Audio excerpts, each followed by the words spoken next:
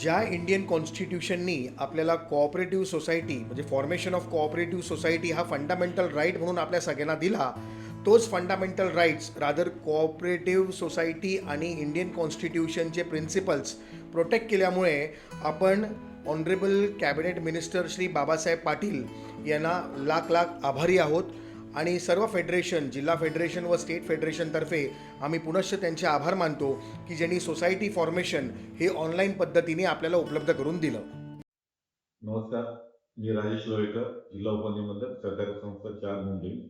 सहकार विभागामार्फत गृहनिर्माण संस्थांच्या नोंदणी करण्यासाठी एक नवीन ऑनलाईन मॉड्यूल इंट्रोड्यूस करण्यात आलेले आहे व सदर मॉड्यूल हे आपल्या सरकार पोर्टलवर उपलब्ध आहे. या मॉड्यूलद्वारे आपण घर बसल्या अत्यंत सोप्या पद्धतीने, सुटसुटीत पद्धतीने कोणत्याही प्रकारच्या संस्थांची नोंदणी करू शकतात. सहकारी संस्थांची नोंदणी करू शकतात. गृहनिर्माण संस्था, औद्योगिक संस्था, इतर सर्व प्रकारच्या संस्थेची नोंदणी या पोर्टलद्वारे आपल्याला करता येते. त्यासाठी कमीत कमी कागदपत्राची संख्या पण ईज ऑफ बिझनेसमध्ये कमी करण्यात आलेली आहे आणि सदर पोर्टल हे युजर फ्रेंडली असून या पोर्टलद्वारे आपण सहकारी संस्थांची नोंदणी करू शकतात. या बाबतीत आपणास महाराष्ट्र सहकारी राज्य फेडरेशनचे ॲडव्होकेट परब साहेब व म्हात्रे साहेब आपल्याला याबाबतची सविस्तर माहिती देतील. नमस्कार, मी Bhaskar Mhatre, secretary, Maharashtra state cooperative housing federation. नुकताच महाराष्ट्र शासनाने ऑनलाईन पोर्टल एक तयार केले की त्यात तुम्ही तुमचं रजिस्ट्रेशन त्या पोर्टलवर करू शकता आणि त्याबद्दल मी महाराष्ट्र शासनाचं फार आभारी आहे. आणि त्या संपूर्ण पोर्टलची माहिती देण्यासाठी आज आपण ॲडव्होकेट श्रीप्रसाद परब सरांना इथे आमंत्रित केलेलं आहे. त्यांनी आमच्या श्रोत्यांना त्या पोर्टलबद्दलची माहिती द्यावी. धन्यवाद म्हात्रे सर, धन्यवाद Lavekar sir. Society registration is now online. आणि मग society formation, cooperative society formation, मग ती कुठलीही कोऑपरेटिव्ह सोसायटी असो, हे आपल्याला ऑनलाईन पद्धतीने करता येईल. आणि हे कुठे करता येईल तर महाराष्ट्र शासनाने आपले सरकारचं जे पोर्टल लॉन्च केलेलं आहे त्या पोर्टलवरती व्हिजिट करून आपल्याला सोसायटी फॉर्मेशन किंवा बायलॉज अमेंडमेंट जे कोऑपरेटिव्ह सोसायटीमध्ये आपण करतो हे आता आपल्याला ऑनलाईन पद्धतीने करता येणार आहे. कसं करता येणार आहे ते आपण पाहून घेऊया. तर पहिलं सर्वप्रथम आपल्याला आपले सरकार ह्या पोर्टलवरती जाऊन व्हिजिट करायचं आहे. आपले सरकार गुगलवर जर आपण टाईप केलं तर ते पोर्टल तिकडे ओपन होतं आणि तिकडे महाराष्ट्र शासनाच्या सर्व विभागाच्या सेवा ह्या त्या पोर्टलवरती उपलब्ध आहेत. म्हणजे नॉट ओन्ली कोऑपरेटिव्ह बट इतर ज्या सेवा आहेत, म्हणजे रेव्हेन्यूच्या सेवा आहेत, अशा इतर डिपार्टमेंटच्या सेवा देखील त्या पोर्टलवरती उपलब्ध करून महाराष्ट्र शासनाने आपल्याला ऑनलाईन पद्धतीने म्हणजे फास्टर वेनी आपल्याला सर्व्हिसेस प्रोव्हाइड करायचं एक जे धोरण आहे त्याला सक्सेस दिलेला आहे. त्याचप्रमाणे जर आपण बघितलं तर आपले सरकार पोर्टलवरती जेव्हा आपण व्हिजिट करू त्यावेळेला सुरुवातीला आपल्याला पहिलं आपले क्रेडेन्शियल्स म्हणजे user I D, log in, password हे आपल्याला तिकडे नोंद करायची आहे. त्याला ऑप्शन्स 1, ऑप्शन 2 असे 2 ऑप्शन्स दिलेले आहेत. एक ऑप्शन की तुम्ही तुमचं आधार कार्ड अपलोड करू शकता किंवा क्रेडेन्शियल्स जे आहेत ते दुसरे स्वतःहून भरू शकता.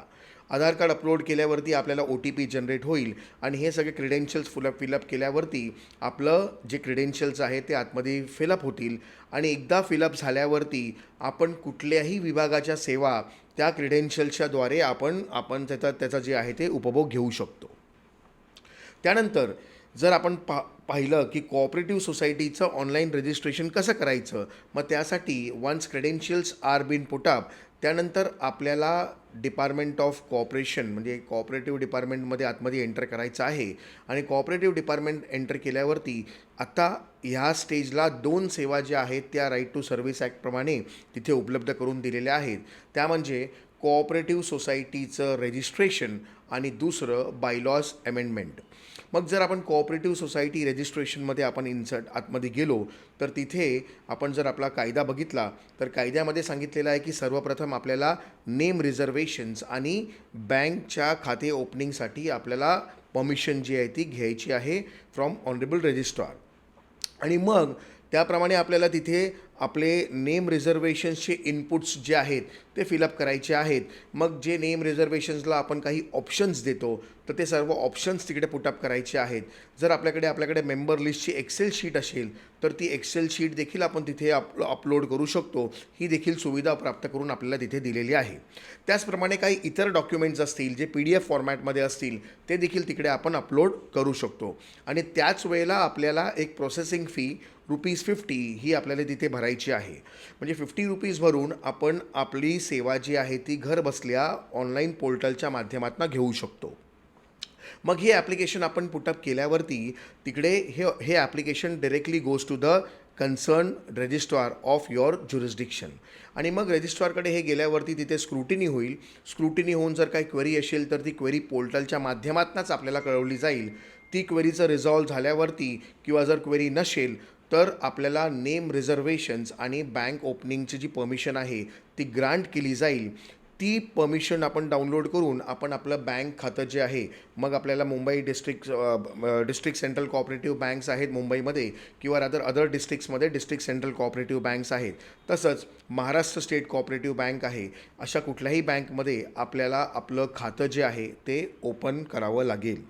आणि मग ते खातं ओपन करताना आपल्याला आपलं जे काही शेअर मनी आहे, एंट्रन्स फी आहे ती तिथे डिपॉझिट करावी लागेल.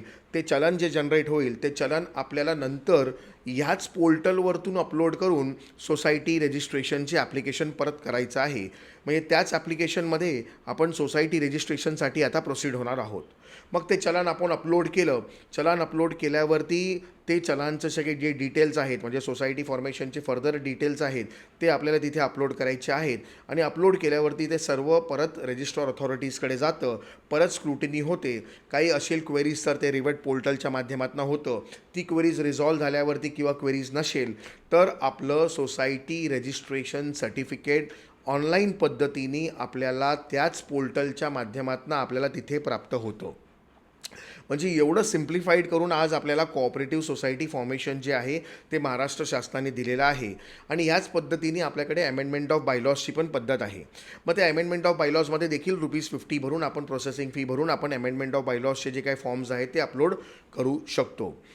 ज्यावेळेला आपण सोसायटी रजिस्ट्रेशनचे बद्दल जी फीज असते म्हणजे रजिस्ट्रेशनची जी प्रत्येक सोसायटीला आपापल्या कॅटेगरीप्रमाणे दिली गेलेली जी काही फी आहे ती फी देखील इथे ऑनलाईन भरण्याची मुभा प्राप्त झालेली आहे. ती फी डायरेक्टली आपण ऑनलाईनमध्ये म्हणजे ग्लास वेब पोर्टलला ते कनेक्ट केलेलं आहे आणि तिथेच आपण आपली फी म्हणजे ₹2,500 जी आहे फीज असेल किंवा जी काही फीज आपल्याला ॲप्लिकेबल असेल ती फी देखील आपण ऑनलाईन पद्धतीने तिथे भरू शकतो. म्हणजे कुठल्याही प्रकारे आपण ही जी सेवा आहे ती आपल्याला फिजिकली तिकडे जाऊन घ्यायची गरज नाही, तर आपल्याला घर बसल्या देखील ह्या 2 सेवा ज्या आहेत त्या सर्वप्रथम उपलब्ध करून दिलेल्या आहेत. अशाच इतर सेवा देखील ह्या पोर्टलवरती कालांतराने अपलोड होतील आणि मग त्याचा देखील आपण लाभ घेऊ शकू. म्हणून पुनश्च महाराष्ट्र शासनाचे आम्ही आभारी आहोत बिकॉज हे ऑनलाईन पद्धतीने सोसायटी फॉर्मेशन जी आहे ती आपल्याला उपलब्ध करून दिलेली आहे. धन्यवाद.